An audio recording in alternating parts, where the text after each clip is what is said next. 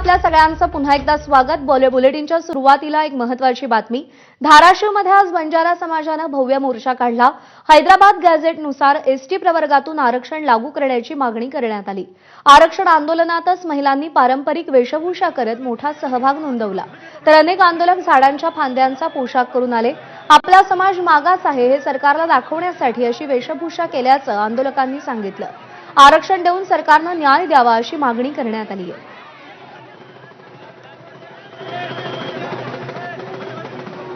Hyderabad गॅझेटनुसार ST प्रवर्गातून आरक्षण मिळावं यासाठी बंजारा समाज रस्त्यावर उतरलेला आहे। धाराशिवमध्ये बंजारा समाजाच्या भव्य अशा मोर्चाला सुरुवात झालेली आहे। जिजाऊ चौकातून हा मोर्चा सुरुवात झालेला आहे। डॉक्टर बाबासाहेब आंबेडकर चौकातून पुढे छत्रपती शिवाजी महाराजांना अभिवादन करून जिल्हाधिकारी कार्यालयावर मोर्चा धडकणार आहे। त्या आंदोलकाच्या नेमक्या मागण्या काय आहेत ते आपण जाणूया। आरक्षणासाठी रस्त्यावर उतरलात, काय मागणी?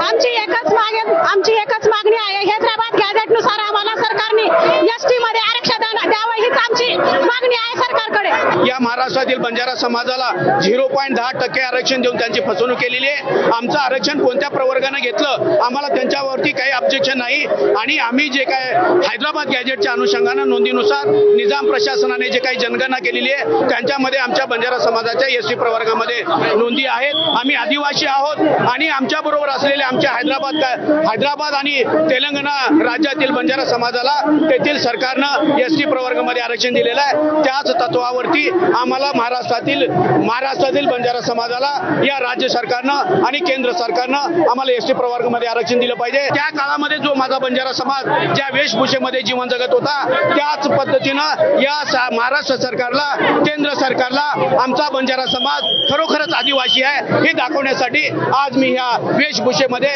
या मोर्चामध्ये सहभाग घेतलेला आहे। एकंदरच या आंदोलनामध्ये वेगळी वेशभूषा करून आंदोलन सहभागी झालेले आहेत। सरकारने एसटी प्रवर्गातून आरक्षण द्यावं या प्रमुख मागणीसाठी हा मोर्चा सुरू आहे। अप्पासाहेब शेळके, एबीपी माझा, धाराशिव।